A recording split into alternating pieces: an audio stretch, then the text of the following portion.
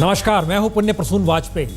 दस्तक में आपका स्वागत है। दस्तक में बात आज पिंजरे में बंद तोते की, जो वैसा ही करता है जैसा सरकार कहती है, लेकिन सरकार बदली है तो तोते की सच्चाई को मापने का वक्त भी आ गया है।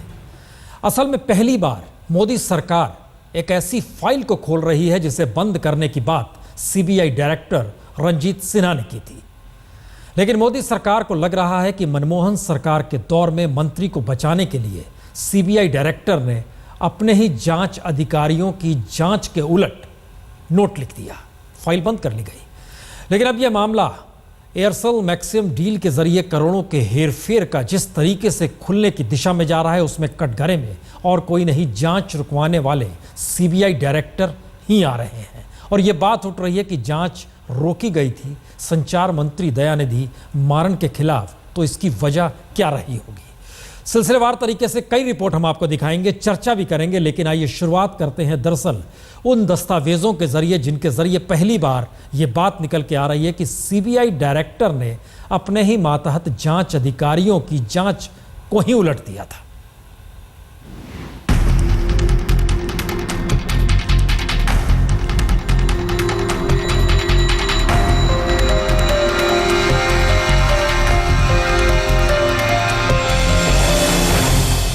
देश की सबसे बड़ी जांच एजेंसी सीबीआई के प्रमुख और सबसे ताकतवर अफसरों में से एक रंजीत सिन्हा अपने करियर के सबसे मुश्किल दौर में हैं। अरबों रुपए के एयरसेल मैक्सिस घपले में खुद रंजीत सिन्हा विवादों में घिर गए हैं। आज तक के हाथ लगे गोपनीय दस्तावेज से ऐसा लगता है कि अरबों रुपए की एयरसेल मैक्सिस डील में सीबीआई डायरेक्टर रंजीत सिन्हा पूर्व संचार मंत्री दयानिधि मारन को बचाना चाहते थे। रंजीत सिन्हा ने अपने मातहत अफसरों के जुटाए सबूतों को अनदेखा कर दयानिधि मारन के खिलाफ मुकदमा न चलाने की दलील दी। जांच फाइल पर रंजीत सिन्हा ने नोट लिखा कि सबूतों के अभाव में दयानिधि मारन पर मुकदमा नहीं चलाना चाहिए। सारे मामले को देखकर ऐसा लग रहा था जैसे रंजीत सिन्हा दयानिधि मारन को अरबों रुपए के इस घपले में बचाना चाह रहे हों। जांच अफसरों ने कहा कि दयानिधि मारन के खिलाफ सबूत है, उन पर मुकदमा चलना चाहिए। जांच अफसरों के समर्थन में अभियोजन निदेशक ने कहा कि मारन के खिलाफ मुकदमा चलना चाहिए। सीबीआई डायरेक्टर रंजीत सिन्हा ने कहा कि सबूत पर्याप्त नहीं है, इसलिए मारन पर मुकदमा नहीं चलना चाहिए। डायरेक्टर रंजीत सिन्हा के इस नोट से सीबीआई के सभी अफसर चौंक उठे। सीबीआई के ऑफिसर पूर्व संचार मंत्री दयानिधि मारन को जेल भेजना चाहते थे, लेकिन सीबीआई डायरेक्टर रंजीत सिन्हा का मानना था कि मारन के खिलाफ पर्याप्त सबूत नहीं है। जब डायरेक्टर और उनके अफसरों में मतभेद हुए तो सरकार ने सोचा कि क्यों ना इस मामले में कानूनी राय ले ली जाए। 5 मई 2014 को सरकार ने सॉलिसिटर जनरल से कानूनी राय मांगी कि क्या अरबों रुपए के इस घोटाले में दयानिधि मारन पर मुकदमा चलाना चाहिए या उन्हें बरी कर देना चाहिए। 13 दिन तक फाइल सॉलिसिटर जनरल के दफ्तर में पड़ी रही और 18 मई को उन्होंने राय दी। केंद्र में सत्ता परिवर्तन हो चुका है। मेरा इस मामले पर कानूनी राय देना उचित नहीं होगा। बेहतर होगा कि नई सरकार शपथ लेने के बाद इस मामले पर कार्रवाई करे। मोदी सरकार के आने के बाद प्रधानमंत्री कार्यालय के अधीन कार्मिक मंत्रालय ने 27 जून 2014 को कानून मंत्रालय को निर्देश दिए कि वो दयानिधि मारन की फाइल को फिर से खोलें और इस बात का पता लगाएं कि क्या दयानिधि मारन के खिलाफ मुकदमा बनता है या नहीं। सच तो ये है कि प्रधानमंत्री कार्यालय ये जानना चाहता था कि क्या अरबों रुपए के घपले में दयानिधि मारन को बचाया जा रहा है। पीएमओ ने दयानिधि मारन की फाइल पर कार्रवाई के आदेश दिए। दयानिधि मारन के खिलाफ केस चलाने पर राय मांगी। पीएमओ जानना चाहता था कि मारन को बचाया तो नहीं जा रहा। पीएमओ के कहने पर जब फाइल मोदी सरकार के अटॉर्नी जनरल को भेजी गई तो सीबीआई निदेशक आखिरकार अलग थलग पड़ गए। अटॉर्नी जनरल की राय रंजीत सिन्हा के लिए मुसीबत बन गई। अक्षय सिंह के साथ दीपक शर्मा, दिल्ली, आज तक। मसला सिर्फ इतना भर नहीं है, इस मसले के पेच इस हद तक उलझे हुए हैं या सीधे कहें कि कटघरे में इस वक्त सीबीआई डायरेक्टर इसलिए है क्योंकि जो नोट भेजते हैं उस पर वो हस्ताक्षर भी नहीं करते हैं। हम वो रिपोर्ट भी दिखाएंगे, लेकिन इस वक्त हमारे दीपक एक सवाल आपसे, चूंकि आपकी रिपोर्ट है, हमारे साथ चूंकि जोगिंदर सिंह भी जुड़े हुए हैं, लेकिन एक सवाल आपसे, क्या ये माना जाए कि पीएमओ इन स्थितियों को समझ रहा था कि तोता जो है लगातार बचा रहा है दयानिधि मारन को, इसलिए इस फाइल को खोलने का जिक्र हुआ है? देखिए, प्रश्न स्पष्ट है कि जो सीबीआई के डायरेक्टर थे वो चाहते थे कि जो केस है ये क्लोज हो जाए, बंद कर दी जाए फाइल। लेकिन 27 जून को ये जो दस्तावेज़ मेरे सामने हैं, पास हैं, ये गोपनीय दस्तावेज़ हैं, ये करस्पॉन्डेंस है 3 मंत्रालयों के बीच में, सीबीआई, डीओपीटी यानी कार्मिक मंत्रालय और कानून मंत्रालय के बीच में। और इसमें साफ कहा गया है कि 27 जून को जब नई सरकार आई तो डीओपीटी ने आदेश किया कि दयानिधि की जो फाइल है उसको दोबारा खोला जाए, दोबारा ओपिनियन मांगा जाए कि क्या दयानिधि के खिलाफ पर्याप्त सबूत हैं, क्या दयानिधि मारन जो करोड़ों रुपए के घपले में थे, जिस फाइल को दबाया जा रहा था, क्या उन पर चार्जशीट होनी चाहिए, क्या मुकदमा चलाया जाना चाहिए।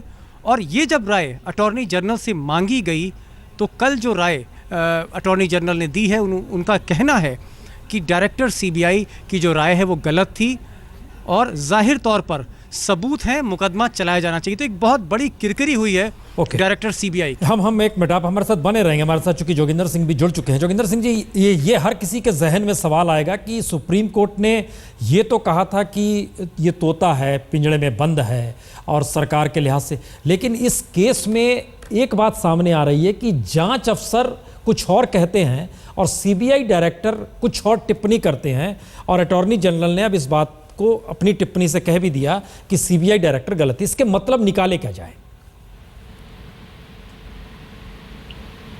मैं कुछ कह सकता हूँ? जी, आप ही से पूछ रहे हैं जोगिंदर सिंह जी। मैं इतना अर्ज करना चाहूंगा, ये तो बड़ा क्लियर केस था, इसमें कोई शक की बात ही नहीं थी। जब शिव शंकर ने कंप्लेंट दिया 2011 में सीबीआई को कि farmer telecommunication minister Dayanidhi Maran ने उसकी आर्म ट्विस्टिंग की, उसके बाजू तोड़ने की कोशिश की ताकि वो अपना जो है स्टेक एयरसेल का मैक्सिस को बेच सके।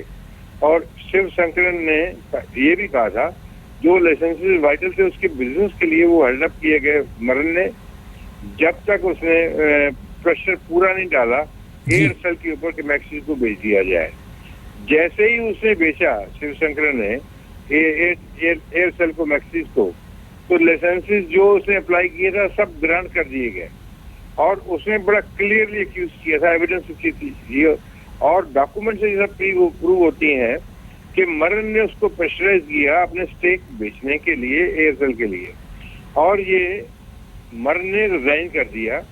और सीबीआई ने ये भी रिपोर्ट किया था कि सम एलिमेंट ऑफ कोर्शन उनकी अपनी रिपोर्ट में है, इस डील में है, और ये एफआईआर में ये लिखा हुआ था कि दयानिधि मारन ने अपना इन्फ्लुएंस यूज किया है to help Malaysian businessman tycoon T Anand Krishna acquire Aircel को बाय कोर्सिंग करने के लिए। ये सीबीआई के एफआईआर में है। दूसरी, अगर चलिए आप इन चीजों को छोड़ भी दीजिए जी, खुद सीबीआई ने एक एफआईआर रजिस्टर किया है जिसमें कि 323 लाइनें उन्होंने अपने भाई के टेलीविजन चैनल के लिए। जोगिंदर सिंह जी, एक चीज बताइए जोगिंदर सिंह जी, हमको लगता है दर्शक एक चीज समझना। जोगिंदर सिंह जी, एक मिनट। जोगिंदर सिंह जी, एक अफसोस इस बात का है, जोगिंदर सिंह जी, एक बात हर कोई जानना चाहता होगा, क्या सीबीआई डायरेक्टर की ये निजी राय होगी क्योंकि जांच अधिकारी अफसर कुछ और कह रहे हैं, या दूसरी बात, क्या इसमें कहीं सरकार का दबाव होगा, क्या स्थिति होगी? वो मूवी देखने के लिए, और इसमें से चामरन साहब का भी रोल एक रिपोर्ट के मुताबिक आता है, और बड़ा क्लियरली इस रिपोर्ट में कहा था कि जब उन्होंने चार्जशीट फाइल की थी इन चीजों को, चामरन साहब के बेटे ने भी शेयर खरीदे थे और 26 लाख के शेयर खरीदे थे। जब तक वो नहीं हुए उसकी फाइल भी होल्ड की गई, जो ये मीडिया रिपोर्ट के मुताबिक है। नहीं, ये जोगिंदर सिंह जी, टेक्निकल करना, जोगिंदर सिंह जी, हमारी आवाज आपको, जोगिंदर सिंह जी, क्या आप इसको कहते हैं लिख के दे दो, फिर भी कन्फेशन एडमिसिबल नहीं है। और CBI can not take up the rule law कि जो हम कह रहे हैं वो फाइनल है। और इसमें जो डायरेक्टर प्रोसिक्यूशन की ओपिनियन है बिल्कुल ठीक है, जिसको सपोर्ट किया है अटॉर्नी जनरल ऑफ इंडिया ने, और मेरे ख्याल में case should see logical conclusion, इसको अरेस्ट करके प्रोड्यूस किया जाए और at the earliest it should be done. Joginder Singh ji, लोगों को लेसन मिल सके ओके। अपने ऑफिशियल पोजीशन, ओके, ये ट्रस्ट है of the people of India, एक- can be used for family purposes. Joginder Singh ji, तो मेरा तो विचार ये बनता है, आगे वाजपेयी जी जो आप ठीक समझेंगे वो वैसे प्रेजेंट कर सकते। जोगिंदर सिंह जी, एक बड़ा सीधा जवाब अब चाहिए, क्या ये निजी टिप्पणी व्यक्तिगत जी। पावर के तहत सीबीआई डायरेक्टर ने की या सरकार का दबाव रहा होगा, क्या स्थिति थी? देखिए, ये दबाव तो जरूर होगा, पर बात ये है कि हर चीज में थोड़ा बात मानी जाती है सरकार की। अब क्या होता है, उसको आप तो ट्रांसफर भी नहीं कर सकते। जब मेरी ट्रांसफर फॉरवर्ड स्कैम में हुई थी, उस समय के प्राइम मिनिस्टर की बात करने के लिए हर डायरेक्टर को 2 साल का टेनर दिया गया था। अब प्रॉब्लम ये आ गई है कि सरकार उनके सामने एक गाजर लटका देती है कि आपको गवर्नरशिप मिल जाएगी, आपको ये मेंबरशिप मिल जाएगी, आपको 5 साल की नहीं, अब तो सरकार बदल गई ना जोगिंदर सिंह जी, अब तो नई सरकार, मोदी सरकार आ गई, मनमोहन सरकार चली गई। इसीलिए तो ये केस जो आगे बढ़ा है, नहीं तो बढ़ता ही नहीं था। नहीं तो इसका मतलब क्या माना जाए? नहीं जोगिंदर सिंह जी, इसका मतलब लोग ये जानना चाहेंगे कि जांच अफसर जो होते हैं वह भी आईपीएस रैंक के होते हैं, तो क्या सीबीआई डायरेक्टर मनमाफिक इस रूप में काम कर सकते हैं? ये देखिए साहब, ऐसा है कि जरूर करते होंगे इससे, और क्या चाहिए आपको? जो है ये केस आपके सामने है, जब 2011 का आया उन्होंने खुद एफआईआर किया, उसको कह रहे हैं गलत है, वो जो सपोर्टेड है बाय डॉक्यूमेंट्स डिले के लिए क्या पूछा है वो तो पब्लिक डोमेन में आया उससे, और क्या जवाब दिया उसने। Then I will definitely agree with director CBI if we can bring up a convincing answer, जो उसने कहा ठीक कहा है। पर on the face of it 323 लाइनें करना और उस आदमी की रिटन कंप्लेंट देना मलेशियन बिजनेसमैन का, और क्या चाहिए आपको एविडेंस के लिए? ओके, तो 100 तरीके हैं छोड़ने के, पकड़ने का सिर्फ एक ही तरीका है, पकड़ के उसको कोर्ट के सामने पेश करो, let him face the rigour of law, और कोई बेल शेल ऐसे आदमियों की नहीं होनी चाहिए। नहीं तो ऐसे में अब क्या होगा अगर मान लीजिए केस चलता है दयानिधि मारन के खिलाफ और सीबीआई डायरेक्टर की टिप्पणी को गलत माना जाता है तो? नहीं देखिए, अब ऐसा है, आप लोग वाजपेयी जी काफी अलर्ट हैं, मीडिया जो सो नहीं रहा हिंदुस्तान में। मैं सल्यूट करता हूँ कि पर्टिकुलरली आपके चैनल को, कि आप जो है एक एक चीज खोद के निकाल देते हैं, तो इसलिए दबाना मुश्किल हो जाएगा किसी के लिए। तो अगर आप ही लोग नहीं होते तो ये स्कैंडल है कभी आते ही नहीं लाइट में। जी चलिए, तो let us not under estimate the media. मेरा प्रश्न यही है मीडिया के बारे में, ठीक है there are some bad acts here and there, but overall the media has done a tremendous job. आप ही लोगों का प्रेशर था, आपने बताया 2011 में उसने कंप्लेंट दी, नहीं तो हमें ये पता चलता अगर आप नहीं बताते तो उन चीजों को। चलिए हम एक और रिपोर्ट दिखलाते हैं, ये बड़ा महत्वपूर्ण है जिस बात का आप जिक्र कर रहे हैं। दरअसल मोदी सरकार के रुख ने सीबीआई डायरेक्टर के उस नोट पर ही सवाल खड़ा किया है जो उन्होंने सीबीआई जांच टीम से उलट लिखा। मसला इसके आगे है क्योंकि सवाल अब यह खड़ा हो रहा है कि आखिर सीबीआई डायरेक्टर दयानिधि मारन को बचा क्यों रहे थे। आइए एक रिपोर्ट देखते हैं जिसमें कई सवाल निकल कर आते हैं कि दरअसल इस दौर में सीबीआई डायरेक्टर की भूमिका क्या रही।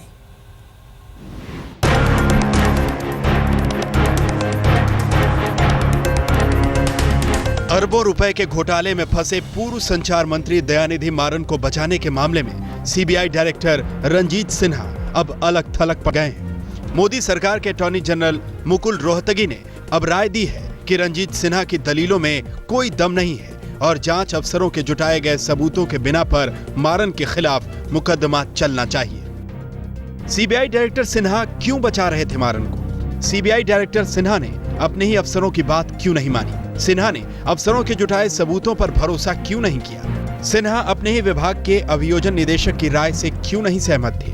हर एक सबूत और दलील को ताक पर रखकर सिन्हा ने क्यों मारन का बचाव किया? चौंकाने वाली बात यह है कि रंजीत सिन्हा ने दयानिधि मारन के पक्ष में जो नोट तैयार किया उस पर उन्होंने अपने दस्तखत नहीं किए। आज तक के हाथ लगी रिपोर्ट में सॉलिसिटर जनरल ने सवाल उठाया है कि एक तरफ डायरेक्टर सीबीआई मारन को क्लीन चिट दे रहे हैं और दूसरी तरफ उस नोट पर दस्तखत भी नहीं कर रहे। इसके बाद 19 जून 2014 को सीबीआई की तरफ से एक नोट शीट कार्मिक मंत्रालय को भेजी गई जिसमें डायरेक्टर रंजीत सिन्हा ने अपने दस्तखत किए और तारीख भी डाली। ये वही अहम नोट था जिसमें डायरेक्टर सीबीआई ने लिखा था कि मारन के खिलाफ चार्जशीट दायर नहीं की जानी चाहिए। फाइल के मुताबिक अक्टूबर 2011 में एयरसेल मैक्सिस डील की एफआईआर दर्ज की थी जिसमें मारन को नामजद किया गया था। मारन पर आरोप है कि एयरसेल को अलग अलग मामलों में फायदा पहुंचाने के लिए तकरीबन 500 करोड़ रुपए मिले थे। ये रकम दयानिधि मारन के भाई कलानिधि मारन की एक टीवी कंपनी को मिले थे। जांच अधिकारियों ने मारन के खिलाफ सारे सबूत जुटाए, लेकिन रंजीत सिन्हा इन सबूतों को मानने के लिए तैयार नहीं थे। बहरहाल देश के अटॉर्नी जनरल मुकुल रोहतगी ने अब डायरेक्टर सीबीआई के नोट को खारिज करने के आदेश दिए हैं कि दयानिधि मारन और उनके भाई कलानिधि मारन पर चार्जशीट दायर कर मुकदमा चलाना चाहिए। अक्षय सिंह के साथ दीपक शर्मा, दिल्ली, आज तक। दरअसल 2012 में सुब्रमण्यम स्वामी ने प्रधानमंत्री मनमोहन सिंह को भी पत्र लिखा था और इस पूरे मामले की जानकारी देते हुए इस पूरे मामले को उठाया भी था और उस वक्त पी चिदम्बरम के बेटे के नाम की कंपनी और किस तरीके से कितने शेयर्स ट्रांसफर किए इसका भी जिक्र किया था। लेकिन दीपक, एक सवाल हर ज़हन में होगा कि आखिर जो नोट भेजा गया उसमें डायरेक्टर रंजीत सिन्हा ने, सीबीआई डायरेक्टर रंजीत सिन्हा ने साइन क्यों नहीं किए?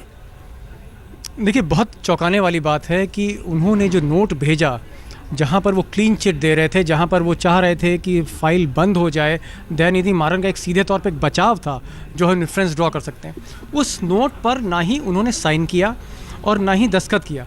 बाद में लॉ मिनिस्ट्री से फिर एक नोट भेजा गया और सॉलिसिटर जनरल ने भी कहा कि इतना अहम नोट है, आपने साइन क्यों नहीं किया है, आपने इस पर तारीख क्यों नहीं डाली, और एक इतना जिम्मेदार अधिकारी ऐसा कैसे कर सकता है। दोबारा नोट आया और उस पर फिर से साइन करने पड़े डायरेक्टर सीबीआई को, और साइन करके जब ये रिपोर्ट तैयार हुई है उसके बाद ये अटॉर्नी जनरल को भेजी गई है। और अटॉर्नी जनरल ने जो पक्ष लिया है वो जो एसपी हैं, जो डीआईजी हैं, उन सबका पक्ष लिया है और पक्ष लेके कहा है कि जो इन्वेस्टिगेटिंग ऑफिसर हैं वो सही है, जो प्रोसिक्यूशन का डायरेक्टर है वो सही है। अगर कोई कटघरे में खड़ा हो रहा है, अगर किसी के खिलाफ अगर अटॉर्नी जनरल की राय जाती है तो वो डायरेक्टर सीबीआई के खिलाफ जाती है। ये बहुत रेयर है, ऐसा बहुत कम सुनने को मिलता है कि डायरेक्टर एक तरफ है और उनके मातहत अधिकारी दूसरी तरफ हैं। डायरेक्टर कटघरे में है। सरकार ने जिस तरीके से कहा है कि अब फाइल खोली जाए और दयानिधि मारन, उनके भाई कलानिधि मारन के खिलाफ कार्रवाई की शुरुआत की जाए, कई संकेत हैं। लेकिन हमको लगता है एक रिपोर्ट और आपको दिखानी चाहिए, क्योंकि इसका जिक्र नरेंद्र मोदी अपनी चुनावी रैलियों में अक्सर किया करते थे।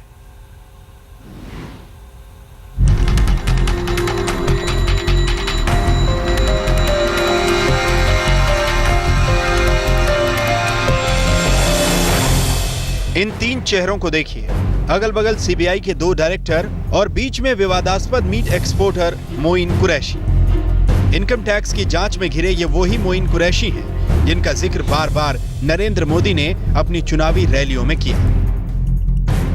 एक मीट एक्सपोर्ट करने वाली कंपनी है, भारत सरकार के इनकम टैक्स डिपार्टमेंट के उनके यहां 60 जगह पे छापे मारे हैं। लेकिन आधा सच भी जो आया है वो ये आया है कि 10 जनपद के साथ निकट संबंध रखने वाला एक व्यक्ति भी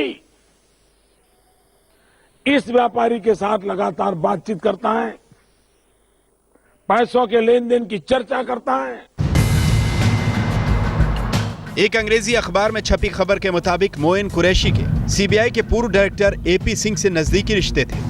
एपी सिंह के जाने के बाद मोइन कुरैशी ने रंजीत सिन्हा से भी जान पहचान बढ़ाई। हालांकि रंजीत सिन्हा इन रिश्तों से इनकार करते हैं, लेकिन रिपोर्ट जाहिर करती है कि मोइन कुरैशी की बेटी की कंपनी को रंजीत सिन्हा के कार्यकाल में सीबीआई के ठेके मिले।